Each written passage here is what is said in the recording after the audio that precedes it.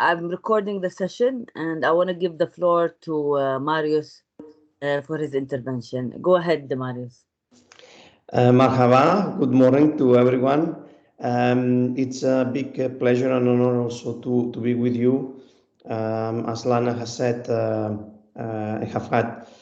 been working closely with Jordan since the start of my days in the WTO since 2002, and then I have had various opportunities to cooperate with your country, with the ministry, with also the American Chamber of Commerce in Jordan, and it's always a very big pleasure to be with you.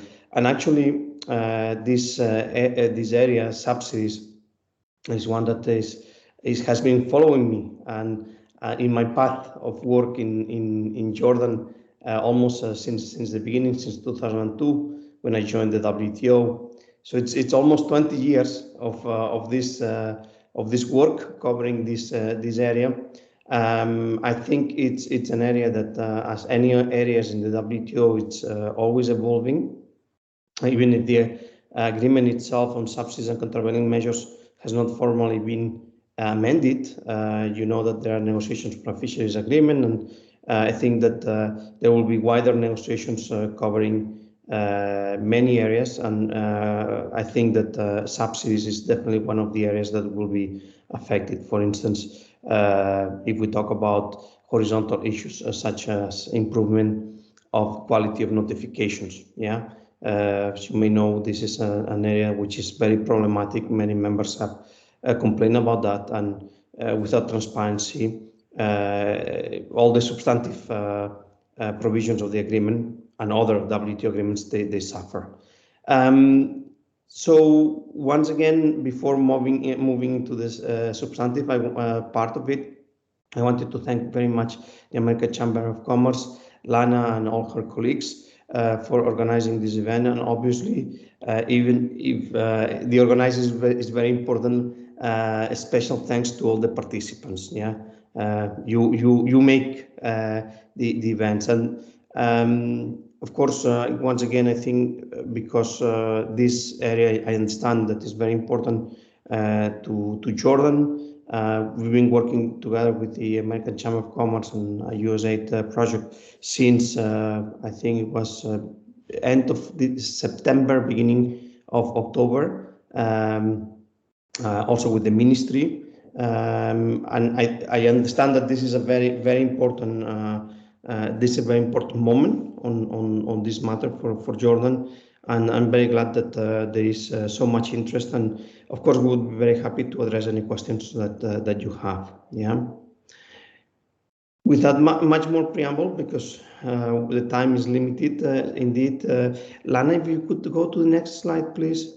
So Lana has said that the beginning is a bit of a presentation on the SCM agreement, the provisions that are actually applying, but I will concentrate on a subset of the agreement, which is very large and would take quite a few hours to go through.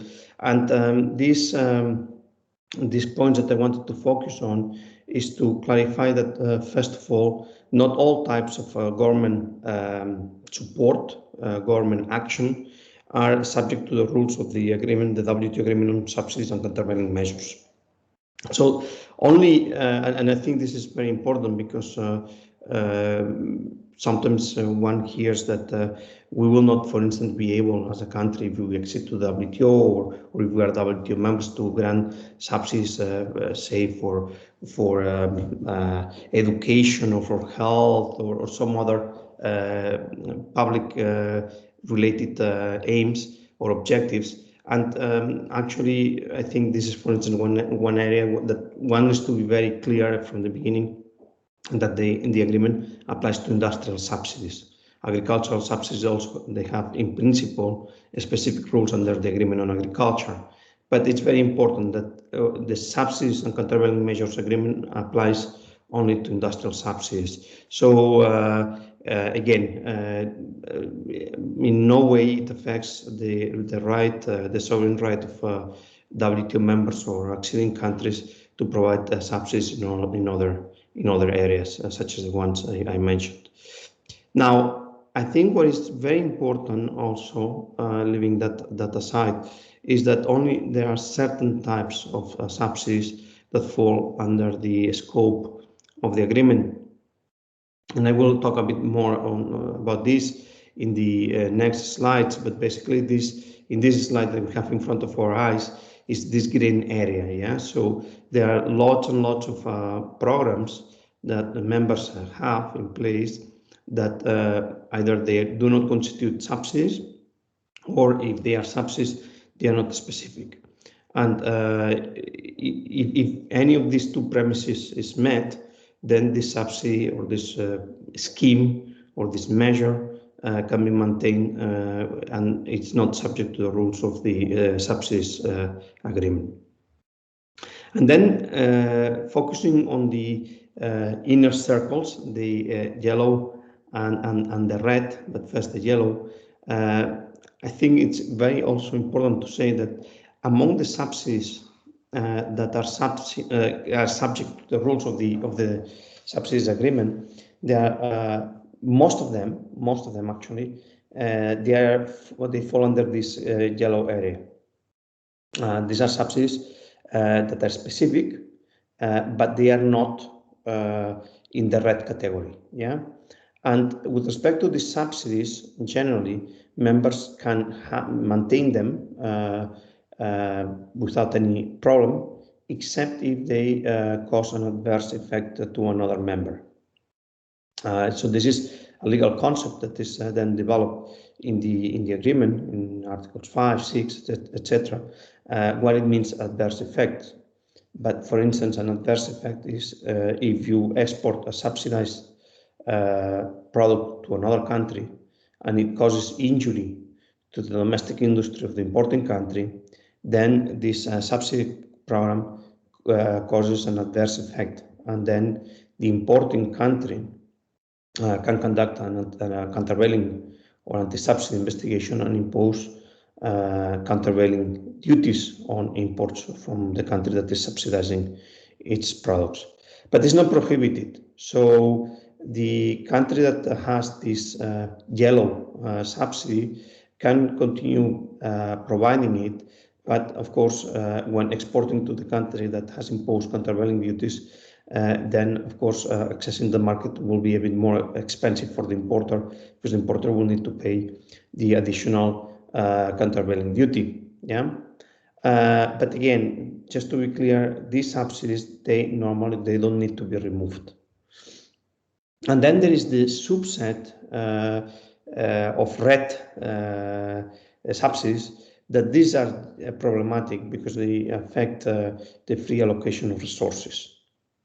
And there are two categories for now in the subsidies agreement. The so-called export subsidies, so subsidies which are contingent on export performance. So say, for instance, a company can avail of corporate income tax exemption if it exports more than 10% of its production. Yeah, so that's contingent upon export performance, and this subsidy will be prohibited by the WTO.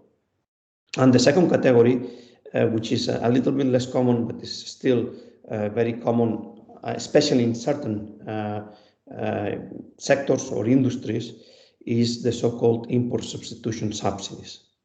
So say that the same corporate income tax exemption is established, but is conditioned on, say, for instance, purchasing the engines for cars in the domestic market. Yeah. So the company that is applying for this subsidy scheme is not free to import or to buy domestically if it wants to avail from the subsidy. It must source the engines domestically. Yeah. Again, this is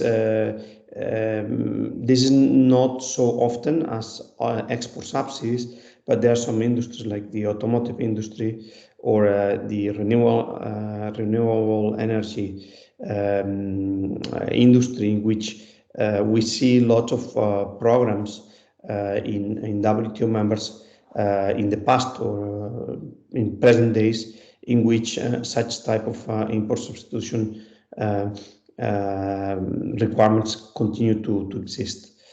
And of course, these import substitution requirements may also be, as we have seen from WTO jurisprudence, in violation of other provisions of, for instance, the GATT agreement. But they also are in violation of the specific provisions, Article 3 of the Subsidies Agreement.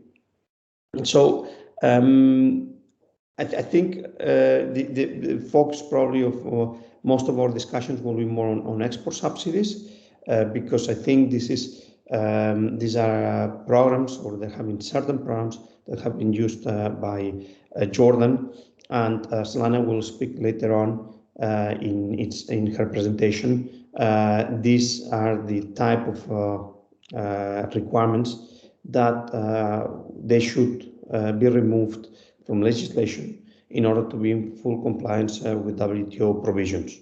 Yeah. The fact of maintaining export subsidies is, as we shall see later on, is that the measures not only can be attacked through countervailing duty investigations, but also in the WTO through the dispute settlement mechanism. So the first question is legal question that is very important, is whether a government measure constitutes a subsidy. Yeah, and for that purpose, we have Article 1 of the Subsidies Agreement that was included during the Uruguay round negotiations that tells us what is a subsidy. So it's a definition, and it contains all the elements that must be found to exist for a subsidy program to be able to constitute a subsidy and hence be subject to the rules of the Subsidies Agreement. So as you can see here in this slide, we have divided the examination in 3 steps. So each step has to be done in this sequence and in this order to come up with a reply on whether the measure that we are examining, the scheme, constitutes a subsidy. So the first question is whether the program constitutes a financial contribution, and that's again a legal concept that we'll see in the next slide. The second one is whether the financial contribution is granted by a government or any public institution within the territory of a member. That's also a very important question. And the last one is also an essential one, and the question is whether the financial contribution confers a benefit to its recipient. Yeah. So the next slide will focus on the first question, on step 1 of the analysis, and this is the analysis of the existence of a financial contribution. Thank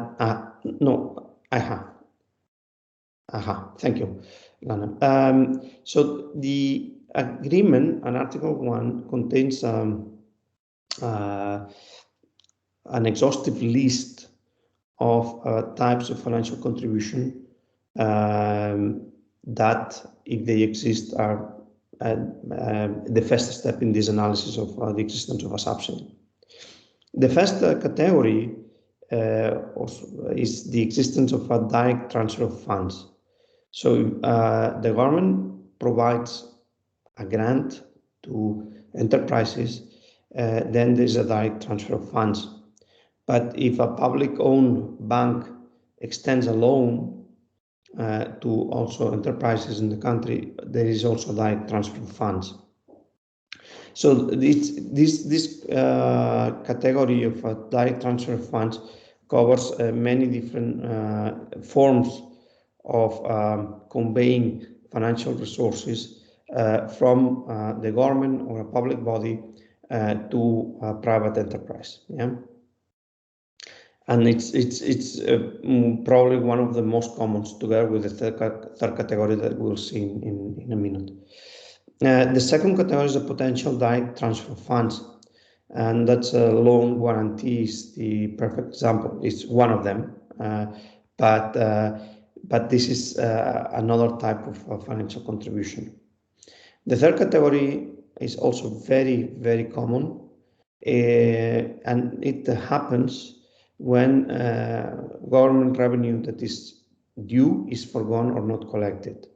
This is typically problems involving tax exemptions, reimbursements, tax holidays, discounts of any type of taxes. Yeah, this is or customs duties. Yeah, so a duty drawback regime would fall under this category, albeit if it is a duty drawback system that fully complies with footnote 1 and annexes 2 and 3 of the subsidies agreement, then it's not subject to the rules of the subsidies agreement. There are some types of financial contribution under the form of price or income mechanism, but that's more for agricultural goods. And then very frequent nowadays are cases in which the government provides goods or services other than general infrastructure or government purchases goods. So in these cases, I will mention it later on when we look into some countries' experiences, but we'll see that more and more governments try to intervene through such a type of measures. Why this happens is because normally cases, for instance, falling under the third type, government revenue, that is due is forgone or not collected, are more transparent. So normally the Minister of Finance will have to issue public legislation indicating, for instance, the normal corporate income tax is 25%, but say mining industry instead is subject to a lower corporate income tax. And therefore identifying this type of measures is much easier than identifying other type of measures, such as, for instance, the fact that a public producer, a public company which produces steel, sells steel at prices which are lower than the normal market prices to, say,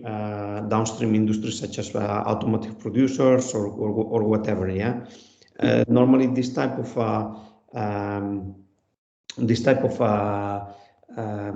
transfer of resources are contained in private contracts that are not necessarily public, and therefore it's more difficult for other countries to observe that there are such type of subsidies. So this is, as I said, we'll mention a couple of cases later on when we see Indonesia, etc., relating to this. And the last one, if you allow me, second, Lana, is this: government makes payments to a funding mechanism. This is also, it's not extremely common, but there are some cases of this type of programs. There are quite a bit of them. You will see, for instance, in when we look at the experience of Indonesia. So there is the oil palm fund that is one such case. So these are the 7 categories of financial contribution that are in the agreement. And if a measure, a government measure, does not fall under any of these 7 types of financial contribution, then the measure cannot constitute a subsidy for the purposes of the agreement, and then be made subject to countervailing duties or challenge before the WTO. So this is the first element of the analysis, and then we would, in the next slide, jump to if somebody wants to ask a question, yes. I just want to open the floor if somebody wants to have a question. Otherwise, we can proceed. Okay, go ahead. Thank you, Maris. So in Lana, that, I believe Matthew had his hand up. I didn't see a hand up, but please go ahead, Matthew. Yeah, my hand was up earlier because I hit the button by mistake, and it took me a long time to figure out how to turn it off. So It happens to all of us. Just to show you that we're paying attention, Matthew. great, thank you very much. Okay. thank you very much, but don't hesitate to ask as well. I was promised 5 questions at least. I'm joking. Not from me, of course. There will be more, I'm pretty sure. I've been working a lot in Jordan, and people are very active. So that's the first step in the analysis. The second step, I will just jump through it because I think it's more clear. But if there's any question, we can I will tackle later on. And then the third one is the issue of whether the financial contribution confers a benefit on its recipient. And this is a very important part of the analysis, and this is mostly an economic analysis. Yes, so it's this. You will see this second bullet point. It formulates this analysis in an economic question. So is the financial contribution provided on terms that are more advantageous than those that would have been available to the recipient on the market. So if the financial contribution takes the form of a grant, and let's say I'm the government and I give you 100 dinars to each of you, obviously you are better off, and there is no need to compare to the market, because simply, before you had nothing and now you have 100. So that's very simple in case of grants. But in almost all other types of examples of financial contributions, things are not so easy anymore. Say that instead of being the government, I'm a publicly owned bank and I extend loans, again 100 dinars to each of you. Interest rate 0. Then again, if we apply this question that we have here in this slide, what we need to do is to look at the market, and if this company that has received this loan with this interest rate of 0, if this company would have had to a commercial bank, what are the conditions of the loan for the same amount, or a similar amount? So if a commercial bank would have charged an interest rate of 10%, then again we have the comparison: is the loan from the public bank is interest free, and the other one, the commercial bank, is 10%. So obviously, in this case, the conclusion would be that the financial contribution in the form of a loan confers a benefit to its recipient. But it might be that the publicly owned bank gives loans, extends loans with exactly the same conditions of private owned banks. And in that case, clearly the conclusion is that through this loan program, no benefit is being conferred on the recipients of the subsidy program. So this is one example with loans, but we would need to do exactly the same type of economic analysis with any other type of financial contribution that we are analyzing. And this is an essential part of the exercise. Now, before going to the specificity, I wanted also to mention that in case that this relationship happens strictly between private parties, a privately owned bank with a private enterprise, in principle, we cannot talk about a subsidy because everything happens between privately owned enterprises, or operators. But recognizing the fact that sometimes governments can act on private parties or operators to behave in a certain way, the agreement also contains the possibility of finding the existence of a subsidy if or in case of, as I say, behavior between strictly private operators when the government entrusts or directs an operator to behave in a particular way. So if the government acts on, for instance, a privately owned bank to extend loans on conditions which are not available in the market, then this behavior that happens strictly between privately owned enterprises or operators can be subject to the provisions of the subsidies agreement. And in fact, we have plenty of examples of this thing happening, because once again, this is an easy way of circumventing, or a supposedly easy way to circumvent the subsidies agreement. But again, obviously, both panels as national anti-subsidy or countervailing duty investigators, they also investigate widely the relationships between the government and private operators to find out whether there is such entrustment or direction. So this is about subsidy, but as I said at the beginning, if the subsidy is not specific, if the subsidy is general, if the subsidy can be availed by any company, any operator in the market, then the subsidy again does not affect the free allocation of economic resources, and then this subsidy will not be subject to the rules in the subsidies agreement. And Article 2 of the subsidies agreement goes into the specificity determination. So we have, as you can see here in the slide, two categories: specificity de jure in law or specificity de facto in practice. What does it mean? In law is that, there is a normative document, can be a law or a bylaw, etc., and that contains specifically a requirement that restricts the use or the access of a subsidy to, for instance, one enterprise or two enterprises, or one industry or sector, or two or three, or that it says that only a certain region or certain municipality within a country, companies located in that region or municipality, they can avail of a subsidy program.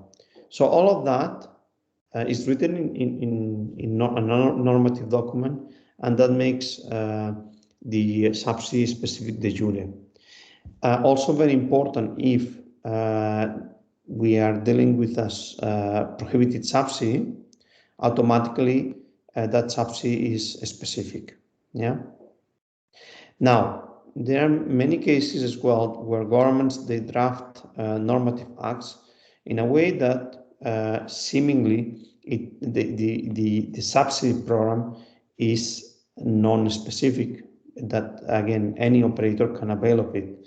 But in reality, when you analyze, for instance, which companies receive the subsidy, you see that it is limited to certain enterprises, or only one enterprise, or some industries but not others.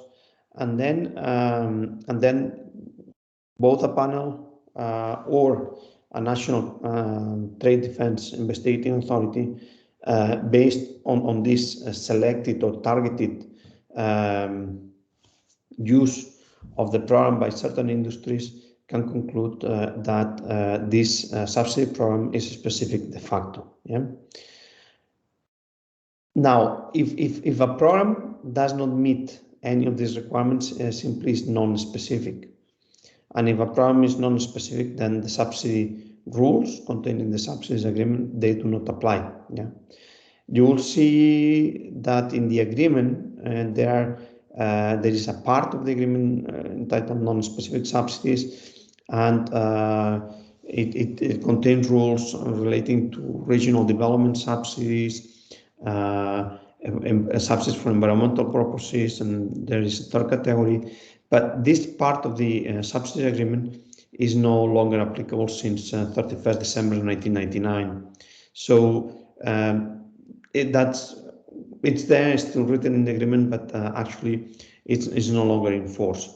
So now the only way of escaping the application of the agreement for subsidy programs is that they are truly general, or Article 2 also tells us that there are certain types of subsidies which the conditions are economic in nature, and they are horizontal. So, for instance, a subsidy program for SMEs would qualify as a non-specific subsidy. Yeah, this subsidy program will not benefit the whole of the economy. Yeah, it will only benefit only certain group of or a subset of the economy.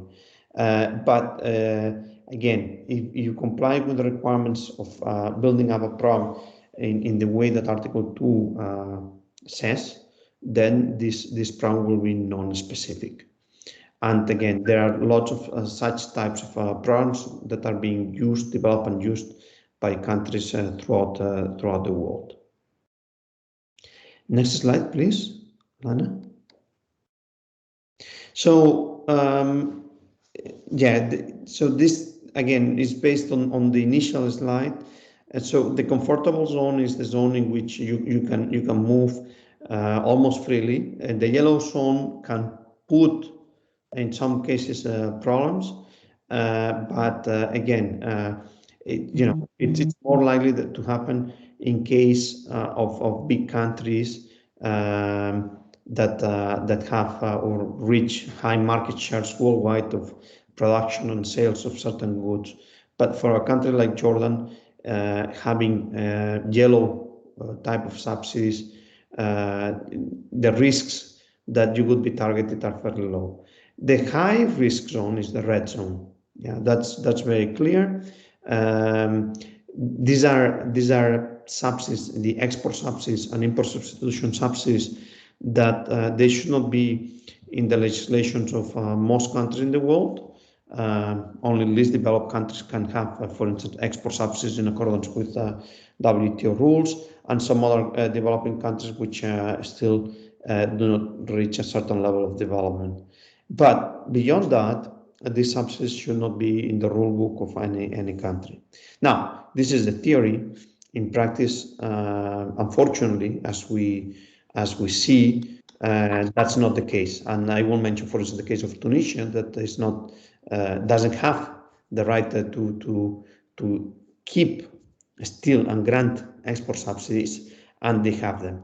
And actually, almost any country, Indonesia also has them and should not, so on and so forth. But again, if one has this type of subsidies, then one needs to be ready to be challenged before the WTO and to be subject to trade defense measures in the form of countervailing duties.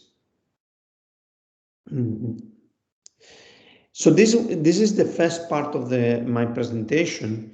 Then, as Lana has said before, we also look into a number of different countries, some selected economies that more or less they could resemble in one way or another the economy of Jordan. And then, of course, Turkey is another level of economy. But I think because of the regional context, I think it was also interesting to look at. And for each of these countries, I have one slide to provide some information about subsidy programs. Before going into the country slides, I have this slide that a bit tries to encompass information relating to not only these four countries, but actually beyond. So what we will see, for instance, in the case of Jordan, but in the case of many other countries, that still many subsidy programs are still aimed, at least by the reading the normative acts, to attract investments, and in particular in disadvantaged regions or countries of countries. This is very common. You will find it well in general in developing countries almost everywhere, and even beyond. So this is general objective, but then of course you have also other more let's say more modern or more recent objectives, such as industrial expansion, fostering innovation, research and development, etc. Yeah. So, but again, we still find a lot of these more older objectives in legislations. Now, the second bullet point, new programs have been created or existing ones adjust to facilitate economic recovery following the COVID-19 pandemic. Well, this is to address definitely a recent and very serious problem that has been affecting most economies worldwide. And you will see, for instance, I was doing some research and to explain some examples, and in the EU, many countries have notified in the last round of subsidies notifications to WTO during last year, a lot of programs to address precisely the challenges that COVID-19 has brought to our economies, and especially to either horizontal programs, for instance, for small and medium enterprises, which have been severely hit, or vertical, like the tourism sector. I'm pretty sure that that has also been the case in Jordan. This is a sector that has especially suffered from this issue, and so programs have been specifically addressed to hotels, restaurants, etc., all the hospitality sector. Then I think also it's important to mention that there are lots of programs in many countries, and we have even cases like Tunisia. You will see it in Indonesia. So it's not only developed; it's throughout the world programs to support the environmental transition and also for small and medium-sized enterprises. I could give quite a few examples, but if we talk about environmental transition, I recall when I started working in the law firm in Brussels in 1997 and working in trade defense investigations and anti-subsidy investigations. There were countries like Taiwan and some other countries that they had already programs to facilitate, to support companies' purchase of equipment, for cleaning water, air, avoiding air pollution, and so on and so forth. So this is not new, and obviously this has increased over time with wind turbines, with photovoltaic modules and cells. So this has certainly increased. But when I talk about environmental transition, is even beyond that. There are. I was checking, for instance, programs of Finland, Sweden that go much beyond, and they have multiple types of energy grants to help this transition. But also they have many other programs addressed to industry, like the cement industry and others that they face increasing taxes to force them to change and to again reduce carbon emissions. Of course, the imposition of such measures for instance, in the EU, has had an impact on making these products produced by these industries much more expensive. And at the same time, obviously, countries are trying to avoid that they kill these industries. So at the same time, in parallel to measures such as higher taxes for polluting industries, they give measures to allow them to still compete. So there is a lot on this environmental transition. If we talk about the small and medium-sized enterprises, there are lots and lots of different programs all over the world, again, adapted to the requirements and needs and realities of each particular economy. The next point, it's sorry, Lana, it was not. It's is this provision of inputs at less than adequate remuneration.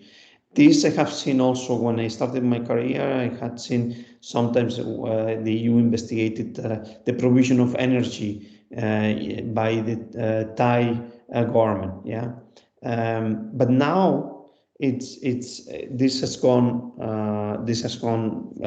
exploded.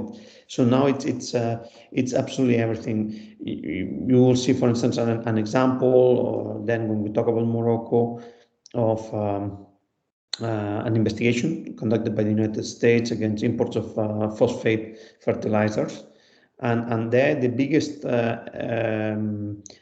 programs investigated are exactly the provision of inputs. In that case, the input is the mining rights. Yeah, so the mining right, it might look initially as not being a good. Yeah, this is the agreement on subsidies and countervailing measures applies to goods, not services, in principle. Yes, but the mining right has been defined as a good. So there is no escape if these mining rights are not provided at commercial rates. This will lead into, for sure, if there is an investigation, to a finding that this program is countervailable, and most likely the countervailing duty will be very high. And you know, countries like India, like Russian Federation, Indonesia, Argentina, etc., have gone into big troubles with many products. And then the last bullet point is that still you see lots of prohibited programs throughout the countries which are members of the WTO. That's a reality, even if they are not by law allowed to have them. Lana, yes. So I have the next 3 slides are about these 3 countries, Morocco. So the first thing I wanted just to say is that if you try to do a research on subsidy programs of Morocco, Tunisia, and you go to the notifications to the WTO, to the Subsidies Committee, you will get very little. So notifications, as I said at the very beginning, unfortunately, they are very incomplete. So you can almost forget about using that as a tool. Yeah. Basically, you need to go and do investigations country by country. Yeah, and well, internet facilitates, but still, you know, this is the reality. That getting detailed information is not precisely very easy. Now, there is in the WTO there is the trade policy review mechanism, and the WTO reviews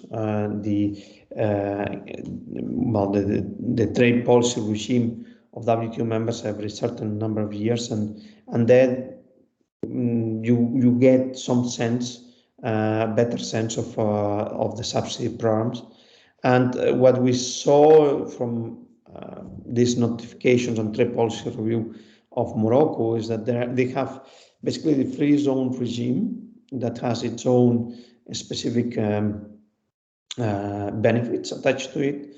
They have generally this preferential corporate tax rate for certain industries. For instance, the mining industry has a lower corporate tax rate than the standard one for the country.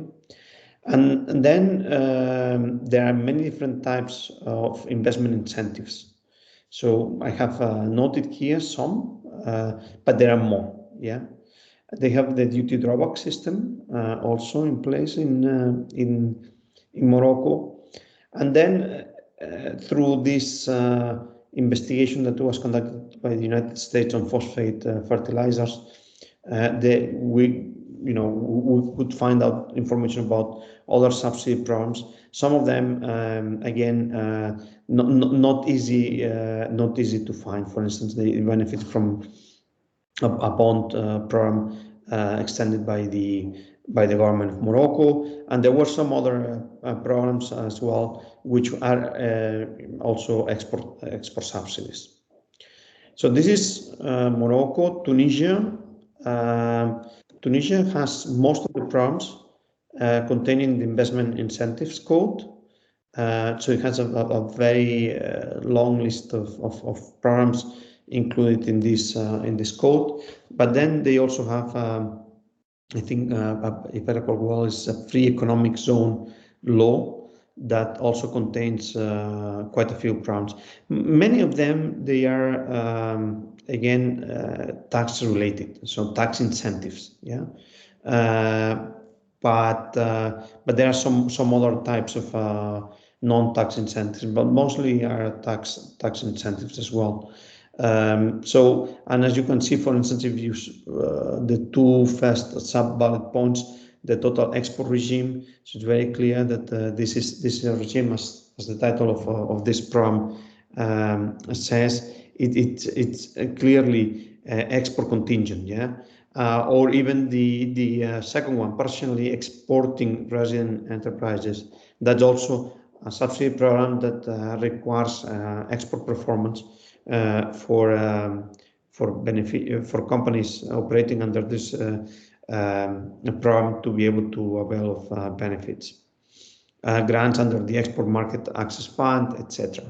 And there are others that do not appear to be involving any export or prohibited subsidy as well.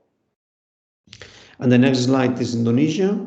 Indonesia, it's a much larger economy, probably, and it's an economy that has been benefiting and using subsidies for a long time.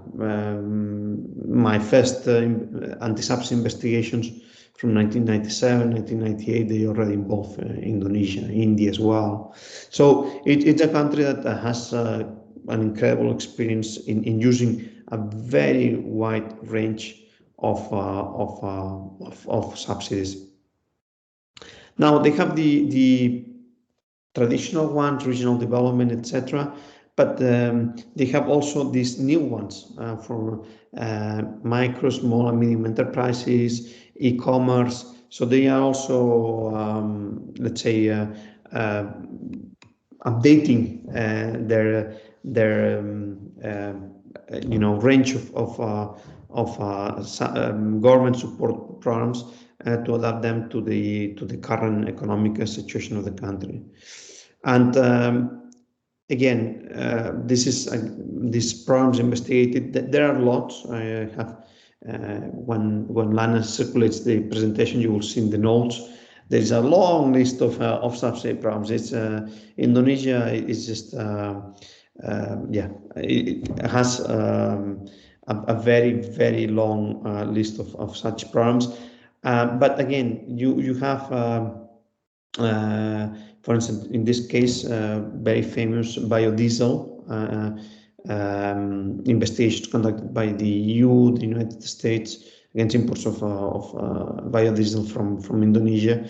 And what we saw is that, again, the provision of inputs for less than adequate remuneration, the palm oil, the feedstock for producing biodiesel, that was probably the main way to convey economic value to the producers and exporters of biodiesel. But also these older programs like exemption of import duties, that was still there, but that's not the real way to transfer nowadays resources to subsidy recipients. And I think also something that is very important, and you will see also a number of cases, is that some countries, they try to avoid the application of the subsidy agreement by granting subsidies upstream. Yeah. So, for instance, there is a case that was dealt by the WTO a few months ago on countervailing duties on olives from Spain. The subsidies are not granted to the processors of olives. The subsidies are granted to the farmers. Yeah. And farmers, they do not export olives. They sell them to local cooperatives to do oil or to prepare them in many different ways, and it's these olives that were exported, and still the United States imposed countervailing duties on olives, Spanish olives, because of this concept of passing through. So the subsidy goes to the upstream, but the economic effect of the subsidy moves to the industries downstream. So this is also very important. In biodiesel is exactly the same thing. Once again, it's the many of the subsidies, they occur at a level in which the product is not exported, or even it's sometimes is not able to be exported because there is an export restriction. Yeah. So this is about Indonesia, and then Turkey. Turkey is that country that when I have had discussions with in Jordan, but in so many different countries, like everyone says there are so many problems, and that's true. That's true. I think that it's difficult to find a country with so many subsidy programs. There are also lots of investigations conducted by the EU, United States, that again they unveil the extent of subsidy programs. They notified to the WTO 53 pages of subsidies, but in reality they could fill out hundreds of pages.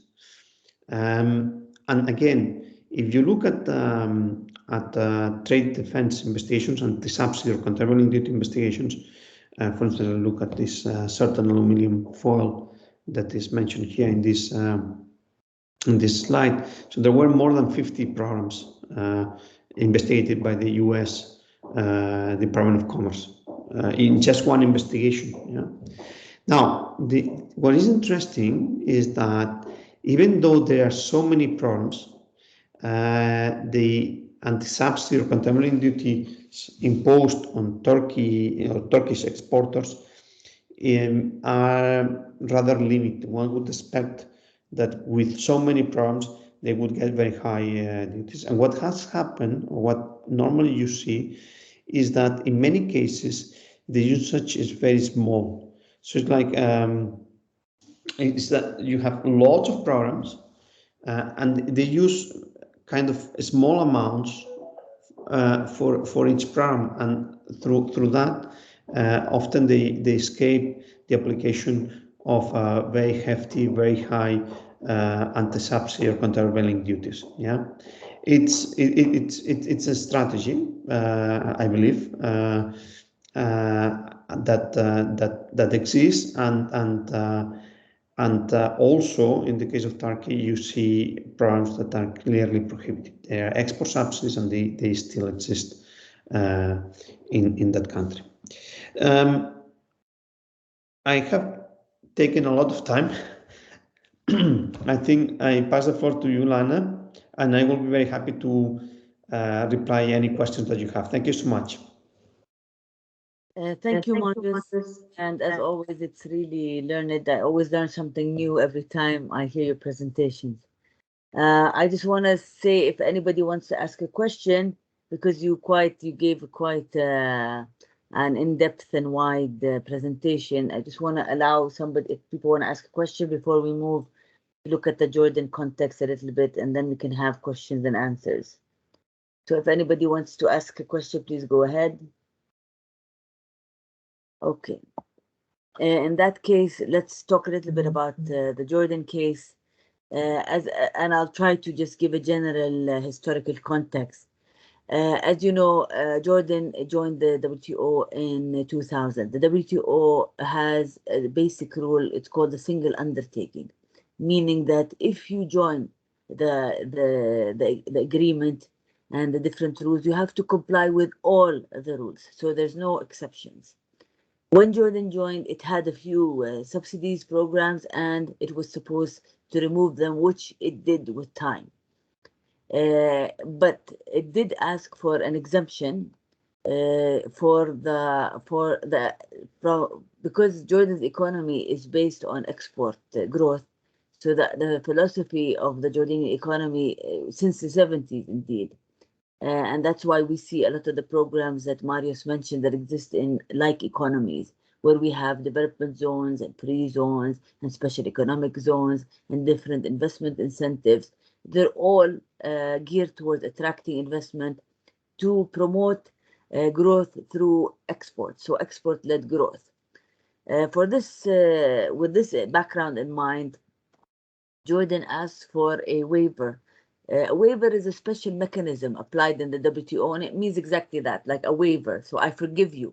So normally I need to apply to all the rules and comply with all the rules, including those in the various agreements and the one we're talking about now, the subsidies and countervailing measures agreement. But I can, for certain situations, be exempted from this rule. And Jordan indeed, along with the other developing countries, asked for this waiver to allow it to continue to apply the waiver giving export subsidies through tax income tax forgiveness. So for the past 10 years, any income since until 2019, any income obtained from exports was not subject to income tax in according to Jordan, the Jordanian income tax law. This is a special procedure. It's called a waiver, and Jordan continued to have this waiver and continued to ask for extensions, and indeed be offered this extension until 2018. So because if I give you as a rule, if you're in a club and you're supposed to comply with certain provisions, if I give you a waiver, the idea is that you use this time to adjust and transition and put in other programs. So as Marius mentioned, the idea, the subsidy in and of itself is not something not allowed. It's normal. It's part of the government's duty to support industrial development and women employment, environmental protection, and they use these tools to support certain legitimate policy objectives, provided they are within comply with the WTO requirements. And I just want to recall what Mario said about the fact that it has to be, not targeting exports. It has to be general. So I want to stay in the yellow and green area, if you remember the big slide. So until before 2018, all goods, we're talking about goods here, all income generated from goods exports benefited from a waiver. Of course, I would mention here that when we talk about export of services, there are no rules in the WTO. The rules are under negotiation so far, so there are no disciplines that bind countries. This is why until now, we know this about, for example, exports in the IT sector, the tech sector, they still continue to benefit from exemptions of income tax. So what happened in 2018, 2019? The government issued a new income tax law that imposed an ascending tax on industry.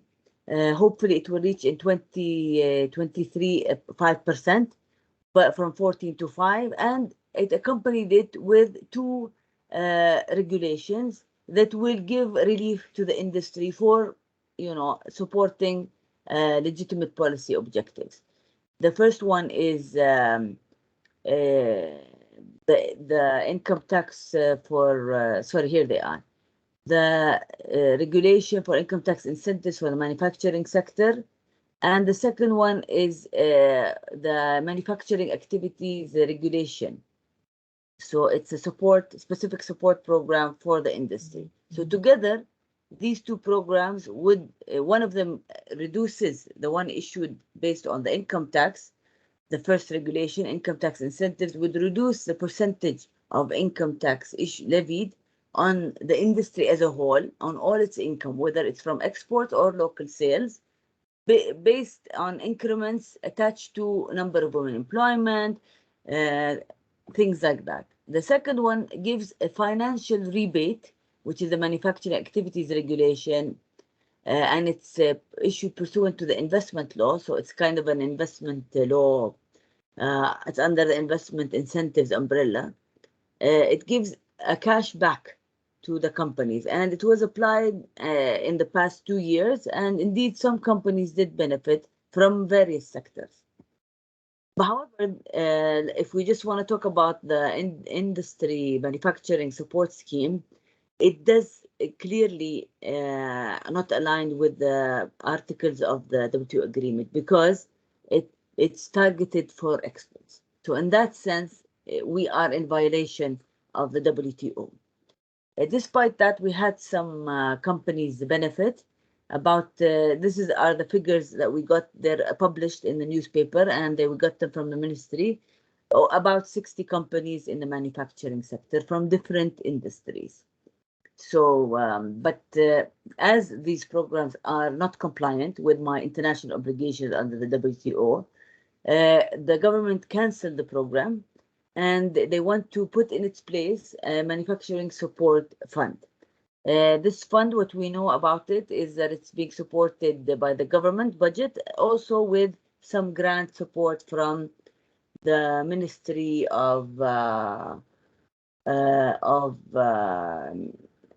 from the Ministry of Industry and Trade, some budgetary support. I'm not sure somebody's sharing on the website. Let me share again from here, but we're almost done. So if I just take a minute to correct the sharing app, there's something wrong with it. Sorry, stop presentation. Attach. I don't know what happened, but let's go back to the presentation. We're almost done.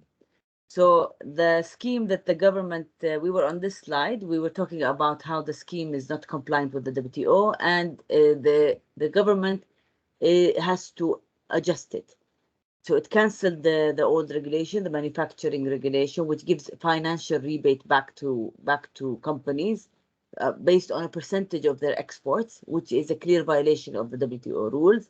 And in its place, it wants to put a manufacturing support fund, so Sanduq, a fund that will have separate programs to support industry.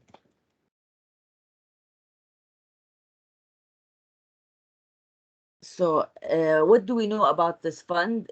From the newspapers, of course. This is in the public knowledge. There's going to be money allocated for it. It will be applied with support from Jordan Exports, which is a private company that's owned by the government, that's supposed to be the Jordan Export Support Agency, alongside the JETCO, the Jordan, which is now geared to be focused on competitiveness and SME support.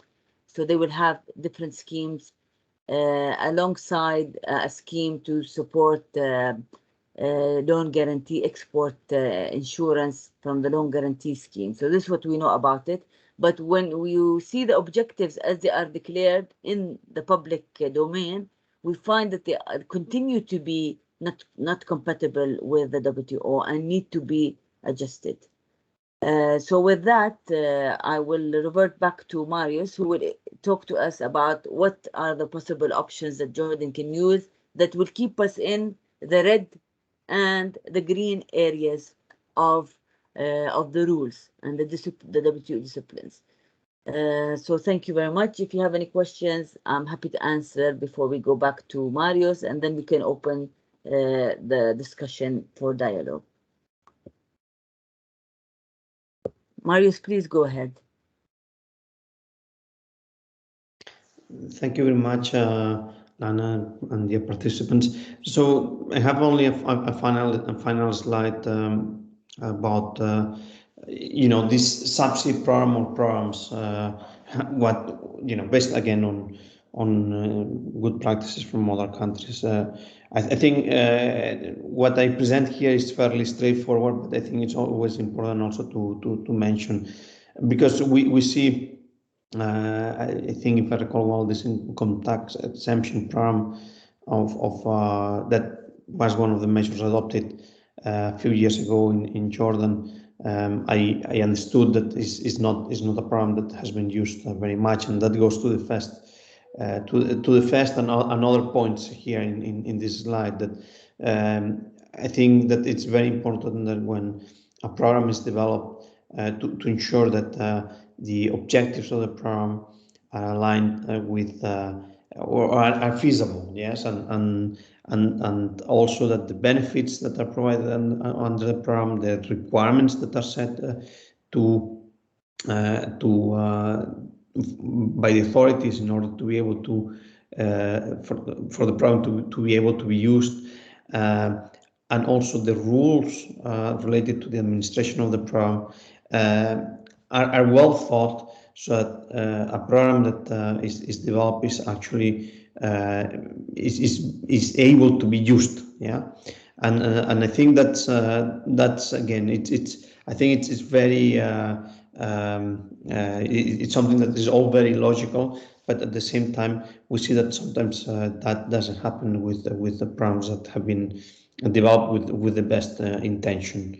I think what is important, and I mean I see this or have seen through my career,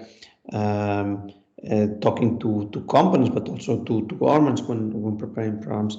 I think that the conditions and requirements they need to be reasonable. They not only WTO compatible. That's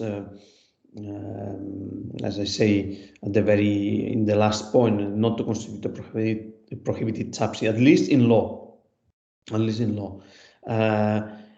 But they must be reasonable, because otherwise, again, for companies to be able to consider the use of the program is just not going to be very likely to happen.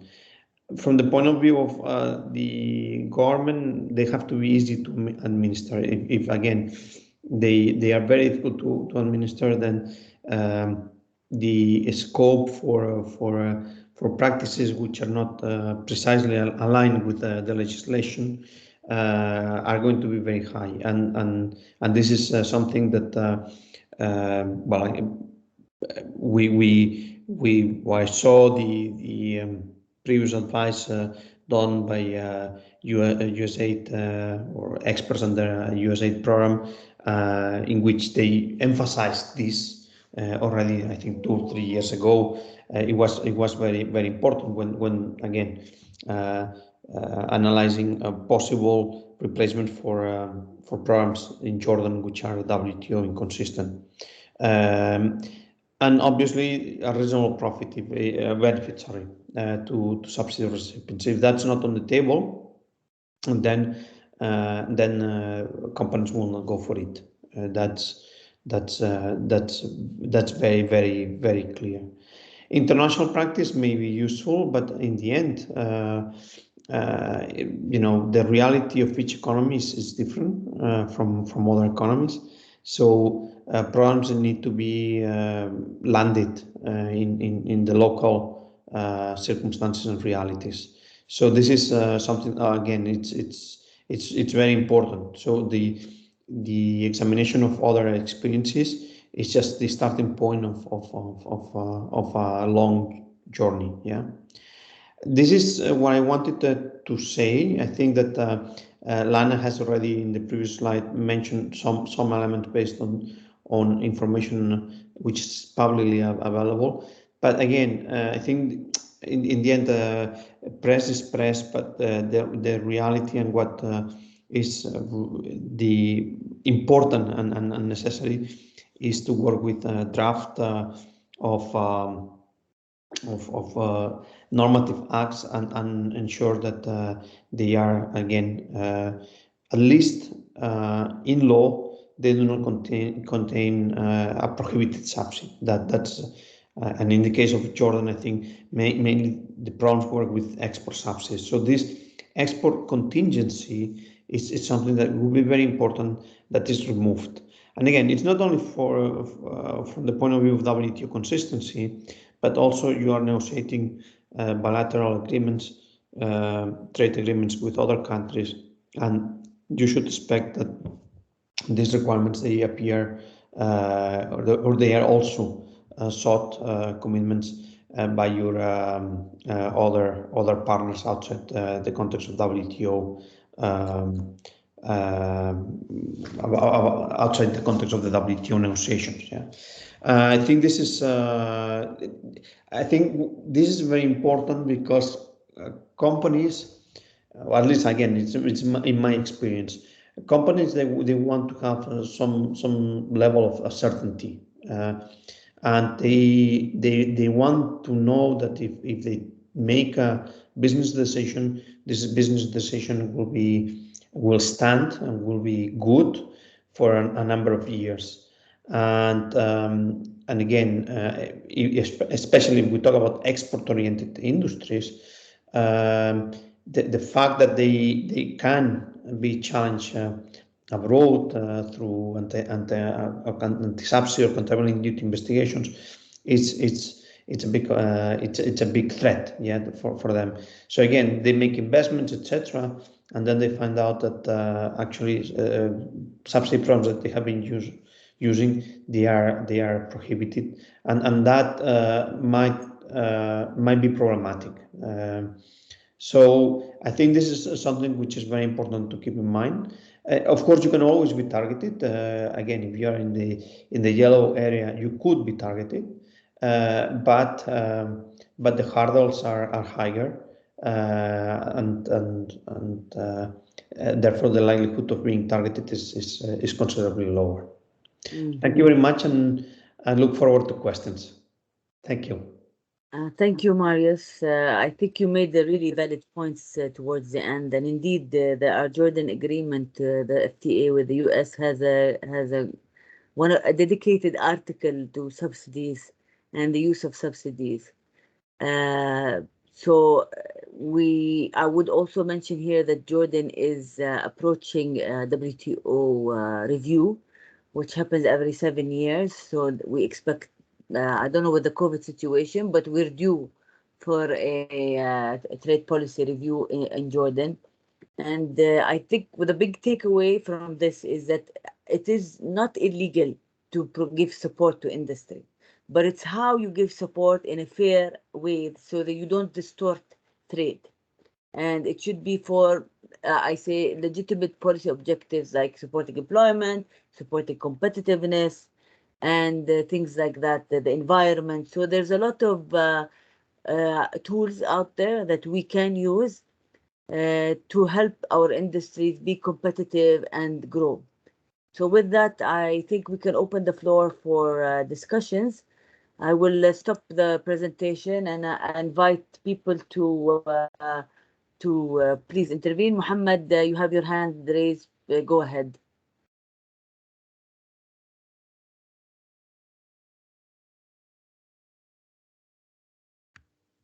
Yes, please. Yes. Thank you very much for first of all, for the AmCham for bringing us together today. Thank you so much, Marius and Lana, for their intriguing insights as well. I should also mention that I'm very happy to see you, Raghad, today. I think last time we met was maybe 10 years ago. Yes, it's been a while. Don't say that. During the National Export Strategy. Yes. So definitely, I'll make sure to catch up with you as soon as I'm in Amman, inshallah. Thank you. Thank you so much. So I cannot agree more with Marius and Lana, but I would like to point out that first of all, as a disclaimer, that I'm a very solid supporter of the multilateral system and the WTO.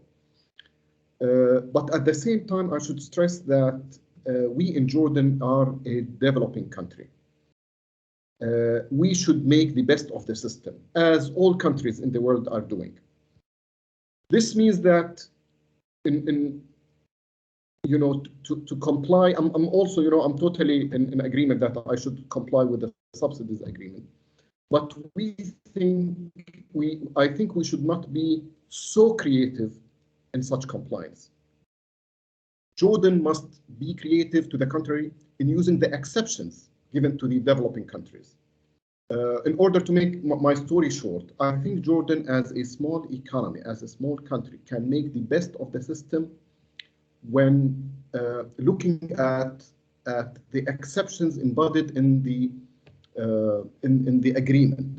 This is because, in my understanding, subsidies are actionable only if they impair or nullify the benefits conferred to members of other or members of other countries.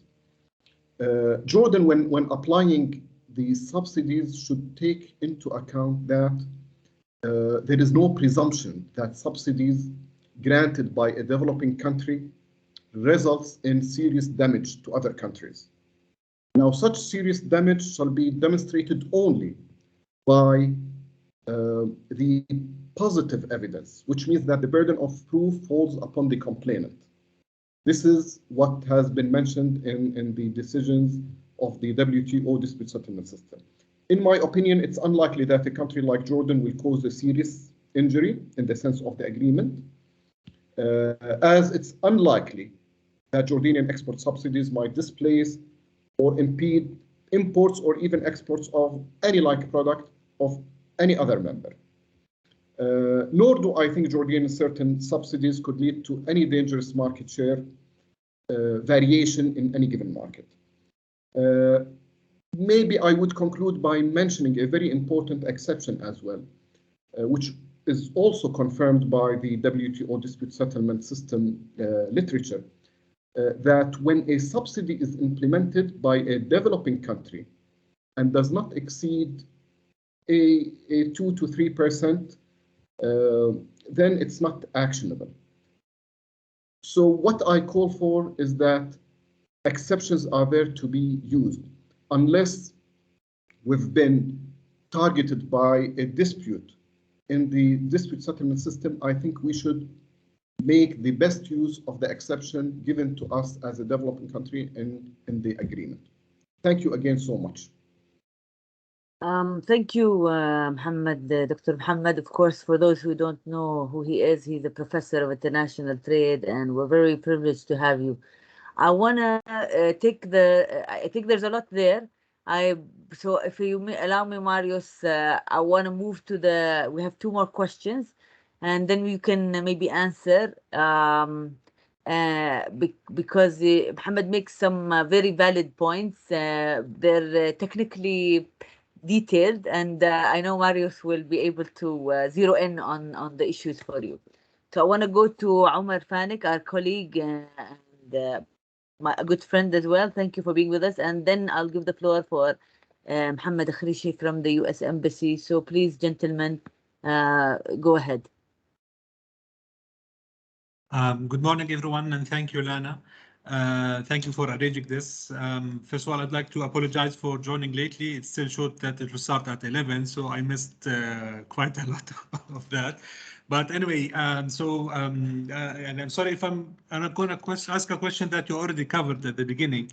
My question is that during our consultation, with the government and the private sector, there was always an issue that was raised that, at a certain point, we used to have an industrial development bank. So this bank, was specialized in financing the private sector, mainly the manufacturing sector, under terms that fulfills, the life cycle of the certain products and the repayment, the interest rate itself.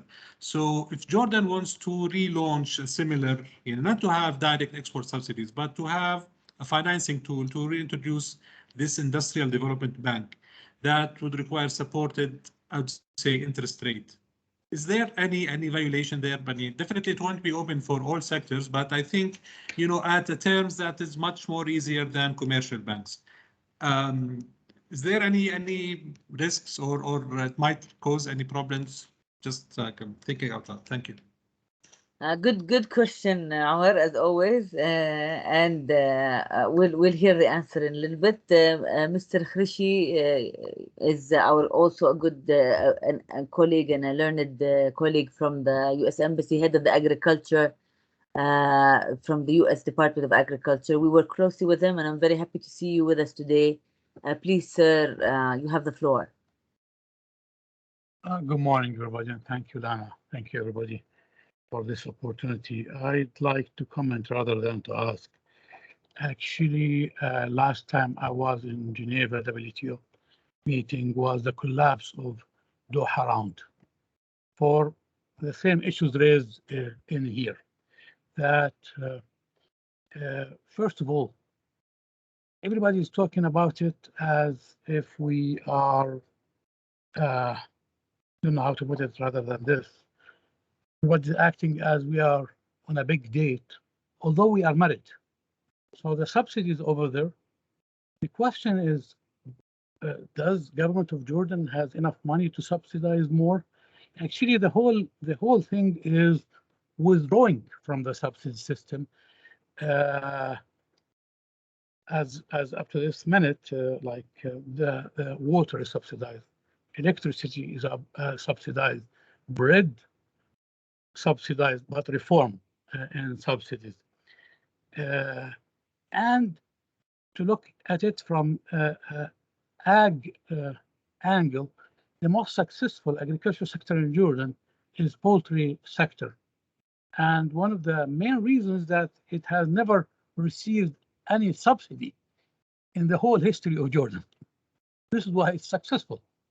So if you have money to subsidy, there are a lot of legal ways. And believe me, many of those ways you could see and you could tell if you look to anything that has a USAID logo. That kind of a subsidy, acceptable, like promoting employment or, certain services or certain economic opportunities. So the question would, first of all, do we have extra money to subsidize the products into other countries? USAID supports certain export initiatives. USAID supports AmCham as part of, capacity building for the members.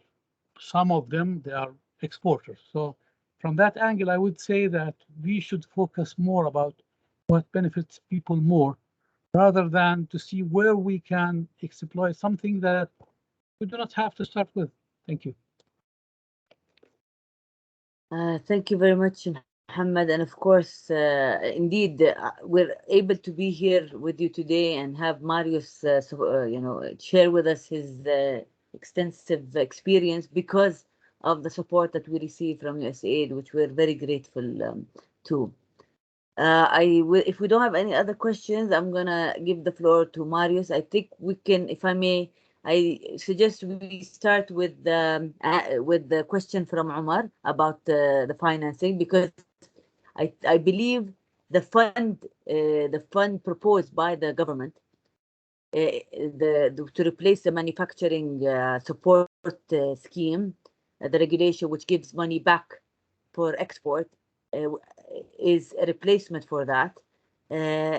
I would invite you to start with that, and that will lead us into a discussion about the two regulations, because while one is absolutely not compliant, if you remember, I mentioned in my presentation two regulations. The one with the money back to cash back for exports. This is in violation of the WTO subsidies and countervailing measures. But the second one, which goes to the question by Muhammad, is not the one that gives for legitimate policy objectives for women employment, for employment of people with disabilities. In and of itself, it is allowed, so it's not illegal. So I would invite you to answer Umar first, then go to Muhammad, and the comment by Mr. Muhammad, of course, goes. We can package that with the question by Dr. Muhammad about the legit use of support schemes, whether it's cashback or for the country, for the government to have a role as a social partner, as a development partner to support growth. This is a legitimate thing. It is not allowed. So if I can propose that, I hope it's acceptable to you, Marius. You have the floor, sir. So thank you very much for the comments and the questions. So Lana, if I understood well, should first the question related to the Industrial Development Bank, right? That's okay. So yeah, the question there is about support interest rates. In principle, as it looks like, you know, again, provided there is no export contingency related to this program, this would be a program that I don't see major problems. I actually don't see. Of course, it's a bit what Dr. Mohammed said. You know, it could be one of those programs that is in this yellow category that theoretically it could be targeted, but it's very unlikely. It's very unlikely. So I don't think that, you know, Jordan should be not moving forward with this. I think you should move forward, but again, it's very important to stay away from any export contingency or export performance requirement.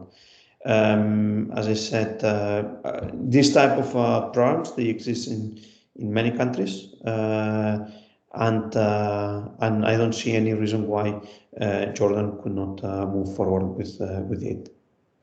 Now, because everything is related, this goes to the first intervention of Dr. Mohammed.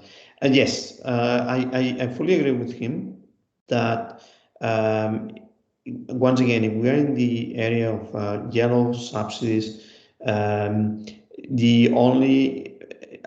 shouldn't be much concern for Jordan. That's much larger concern for big players, China, United States, EU, etc. But I don't think for Jordan you should be very worried, because proving adverse effects, it's not easy, and obviously, as Dr. Mohammed has said, it has to be based on evidence. So I would not, I would find these legitimate policy objectives. Lana mentioned a number of them for one of the two regulations, and that again, it's standard across WTO members, and definitely you can use that. The de minimis is also an important element that Dr. Mohammed has brought onto the table. Definitely, in the case of developing countries, they have a higher de minimis, and this gives, let's say, some additional policy room. Yeah, as I said before, I think Turkey is a very good example with lots of subsidy programs, but in many cases, countervailing duties are not imposed because they are within this de minimis. So why not? It still makes a difference with another country that doesn't grant those subsidies, but still within this 3%. So you're there, and you can convey some sort of assistance that it's a small competitive edge that we can put it vis-a-vis other players in the market. But again, being within this de minimis. But the issue of prohibited subsidies then is a bit more complicated, because the issue of prohibited subsidies, and this is what we are talking about with respect to those export performance requirements that appear still or have been historically in some legislations or normative acts in Jordan, is that this goes beyond not only the dispute settlement. It goes beyond that. Yeah, it goes also beyond a countervailing duty. It goes into again your relationships with other members, and there may be members that they take the position, a very strong position, that such subsidies or such requirements, they have to be removed from legislations, because it's not really that Jordan, with its volume or value of exports, will have a major impact in international markets. It's more of a question that if you accept it for Jordan or if you accept it for Morocco, then other countries will just jump and say, well, you know, if you accept it or you turn the face to the other side with respect to that country, why Bahrain, you are telling me that I have to eliminate that, or why Thailand, you tell me that I have to eliminate that. So it's a matter of having a consistent approach that when dealing bilaterally with your trading partners, in the context of negotiations for FTAs or in other contexts, or in the WTO, is saying, I don't accept that. It's something that should have finished in 2002 or whatever, after these extensions, and you know, country X is no longer allowed, so this should be stopped, and it should be stopped for everyone. It should stop for China, but it should also stop for Latvia. You know, it should stop for everyone. I recall, for instance, I was now I'm working for supporting Azerbaijan in the WTO accession, and before I was working a couple of years back for Kazakhstan. When I was working in Kazakhstan, they had also a program to give, you know, we can talk about a couple of $1,000 to attend international fairs and some like marketing international or abroad, yeah. And some countries made it very clear to Kazakhstan that, you know, unless they removed this type of programs, they could not go ahead with WTO accession. And eventually, much to the dislike of the government of Kazakhstan, they had to cancel that legislation. And now in Azerbaijan, it has been exactly the same, They issued, I think 3-4 years ago, also a piece of legislation to give that type of subsidies. Again, it's not huge amounts, but there was one WTO member that said, no, we are not going to even sit in a working party meeting with you unless you remove that, because it flies on the face of the multilateral system, and this is unacceptable. And yeah, you know, they had to cancel it. I think it was at the end of last year, 2020, not 2020, that this government regulation or decree ceased to be in effect or enforced, because again, this member said we cannot go along with this. So you have again, it's not for yellow subsidies. I'm talking about only export subsidies or import substitution, mostly about export subsidies. They are very much disliked by WTO members. We still see them, so that's the reality. But they are very much disliked, and they can pose, as we can see in the case of Kazakhstan or Azerbaijan, they can pose real problems in WTO accession negotiations or for other purposes. Yeah. And we have to be also very realistic about that. Yeah. Thank you very much. Thank you, Marius. I would just recall that indeed Jordan, as a developing country, alongside the other developing countries, did benefit from the waiver. The waiver is an exception that's offered by WTO members. There are mechanisms in the system that allow for flexibilities for developing countries, for certain situations. So I think we need to be smart. How can we use these measures and what's allowed in a way that supports our development, our competitiveness of our companies, and at the same time make sure that we respect the rules because I want to say something. You know, the WTO didn't come from. There's a reason for these institutions, these global institutions, and it's about the world order and collaborating in a transparent and fair way. So there is a lot of value in respecting the rules. With that, I want to invite Ahmed Hamad, our also a learned colleague, We're very lucky to have really distinguished people with us today. Please, Ahmed, you have the floor. Go ahead. Thank you so much, Lana, and thank you so much, Marius, for the information. Actually, yes, the subsidies, the agreement on subsidies is very clear. Some areas are gray, but the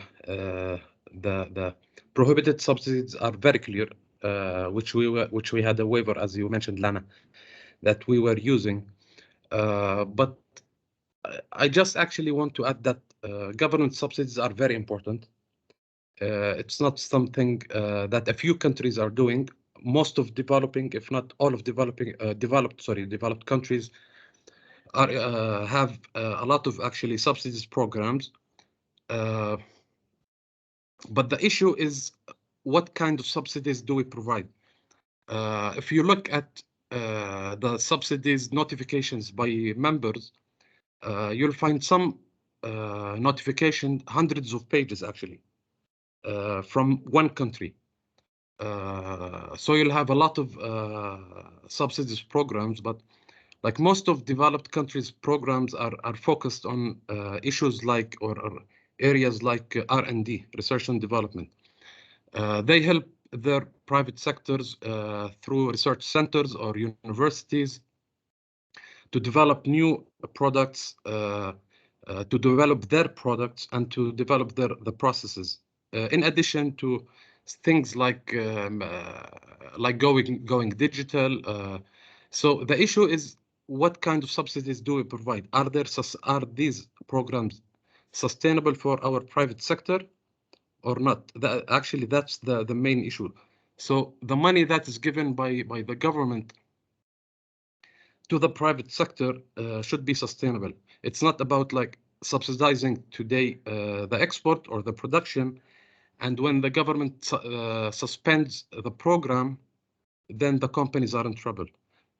There should be a mix. We cannot move to that area instantly, but we should look into that even in our current programs. If we have like a portfolio of subsidies programs, I think it should be like, it should include something from here and there. Thank you so much.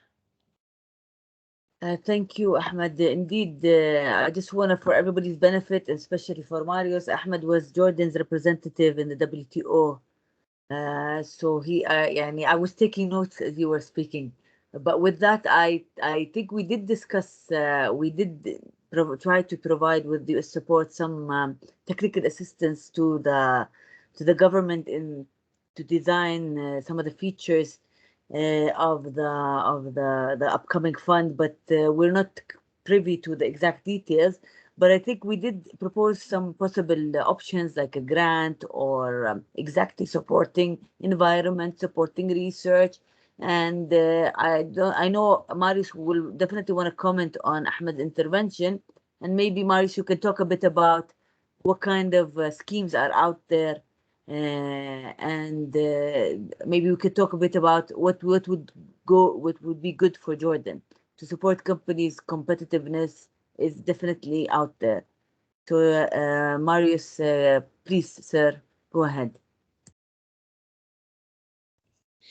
Thank you very much.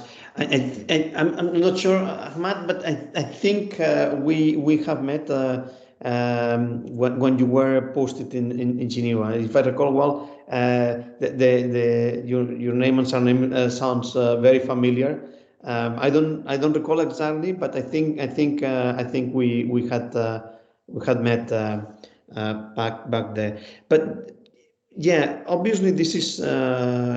I think there is obviously the legal side of it that we have been discussing quite a bit today about what are the rules in the subsidy agreement. But beyond the rules, I think, and I'm not an economist, but I think there has to be the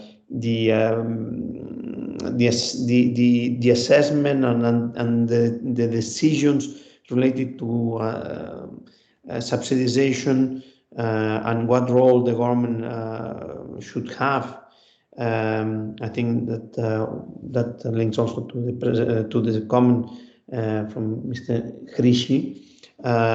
They are much wider than the legal considerations. Yeah, and the sustainability comment that also has been put on the table. All of that has to be seen as I think even beyond the discussion on the legal nitty-gritty, and I think again I'm not an economist. I'm not a specialist on industrial development.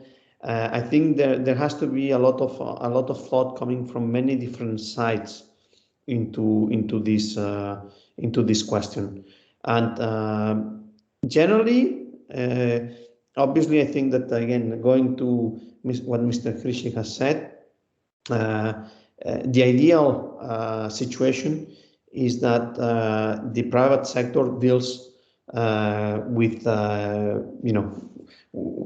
by itself with these questions, and that government interventions are very much limited. And again, I say that from the having read a lot of economists writing into about these issues. But at the same time, the truth is that, as we have also heard today, there are many countries that are intervening, and when they intervene, say Turkey or say developed countries, lots of them intervene through subsidies, then they affect the level playing ground. Yeah, and then unfortunately, that some governments they are forced to step in, perhaps with policies that are not first best. Yeah. And again, I have worked in quite a few projects where I have been working with economists next to me, and again, the legal issue is not the first one.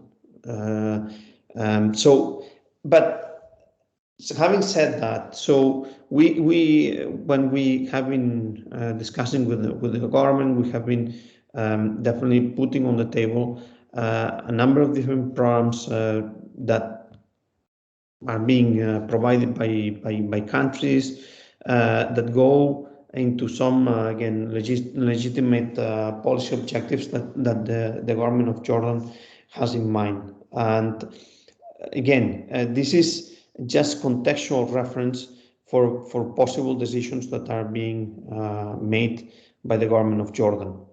But again, I think it's very important to think about this from a holistic point of view. Yeah, and this is basically what I want to say, because beyond that, again, there is it's much more than Marius. There are really I think there is a lot of first of all economic and industrial policy thought that has to be again input in these decisions that you have at hand. Thank you so much, Marius. I would like to open the floor if somebody wants to make any comment or have any questions. We're approaching the end of our designated time. So if somebody would like to say anything before we close, the floor is open. Thank you, everybody, for joining us. I think before we conclude, I just want to point out something very important. It's very critical to have these forums where we have the ability to have a dialogue, a clear and open public-private dialogue, where the concerned parties, stakeholders, will have an opportunity to comment and reflect their interests and concerns. The transparency in the design of the regulation is key, and I believe the government would seek, hopefully, to have a discussion on the final draft. And I know we can depend on Marius to help us with this approach. Our door is open to you. as AmCham, and of course as the housing of the National Tijara Coalition, Jordan's oldest public-private dialogue platform. I want to thank USAID. I want to thank our colleagues from the Jordan Chamber of Industry who have supported this process and have joined us as well. I especially thank the Ministry of Industry, Trade and Supply for their feedback and support, and Her Excellency Yasmin Khreisat. So thanks to one and all our colleagues. Our door is open. We are here at your disposal and service. And my eternal gratitude to Marius, who continues to teach us, and we learn from the depth of your experience. So thank you, sir. Thank you, everybody. I give the floor now for the final comment to our acting CEO, Dr. Ragad Al Khorja. Please, Ragad, go ahead. Thank you, Lana. Thank you, Marius. Thank you to all who participated, not only in the meeting and the discussion we had today, but this has been an ongoing project for a long time, leading up and building up to our discussion today.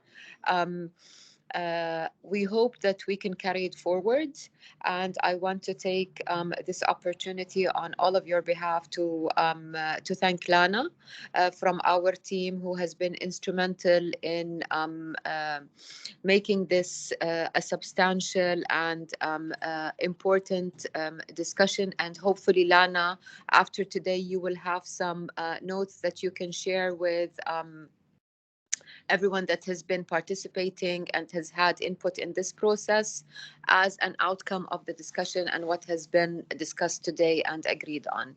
We believe in having you all as partners with us. Your voice counts, your remarks, your questions, your input. We value each and every one of you, and we thank you all for being part of our events, activities, and all the topics that we raise as AmCham Jordan, because we speak on your behalf and we represent the private sector. So thank you all. And it was lovely seeing a lot of colleagues that we haven't seen for a long time, and hope to always have you involved with us. Thank you for your time. Goodbye, and have yourselves a wonderful day. Thank you. Bye-bye. Thank you very much. Bye-bye. Sure. Thanks, everybody. Thank you, Marius. Thank you. Bye. Have a good day.